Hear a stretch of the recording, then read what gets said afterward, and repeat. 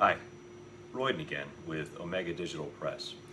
Today I wanted to talk about why we decided as a vault company to create Omega Digital Press and start making high-end custom funeral stationery.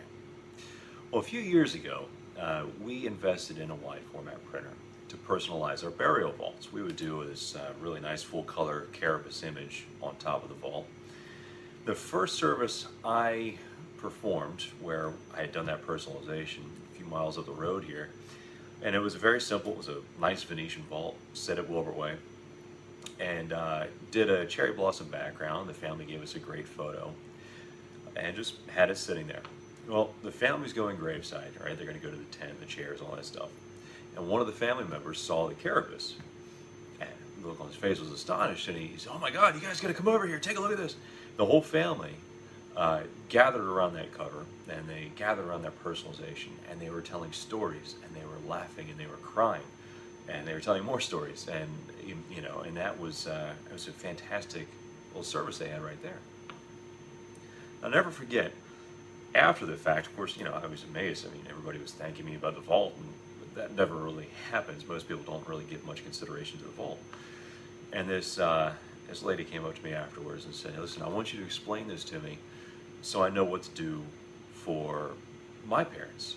I was blown away by that. That had never happened to me before. And it really drove home this idea that personalization is so important and so powerful and so impactful on funeral service as a whole. So a few years later, I had a conversation with a good friend of mine, funeral director, who and he was telling me the difficulty he was having in getting personalized funeral stationery. He was working with an out-of-state outfit and all that, and the logistics weren't there. He had to rely on FedEx and the whole thing.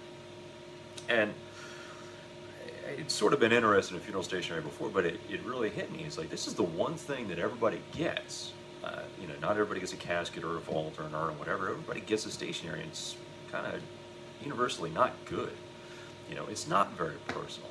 But here you have this thing, this common thread that goes through every service, and there's so much potential to do a funeral service. It really speaks to who your loved one was. And so we started Omega. We had this little building here. We gutted it and turned it into a small print shop, and we brought on Diane Johnson. She's our senior graphic designer, and thank God for her, because she has years of experience, and she understood the workflow of how do we do this? How do we do this thing where you as a funeral director can sit down with a family and just ask a simple question, just tell me about your loved one, and then take some notes from that and pass it along to one of our designers and get a fully custom register book and program and prayer cards.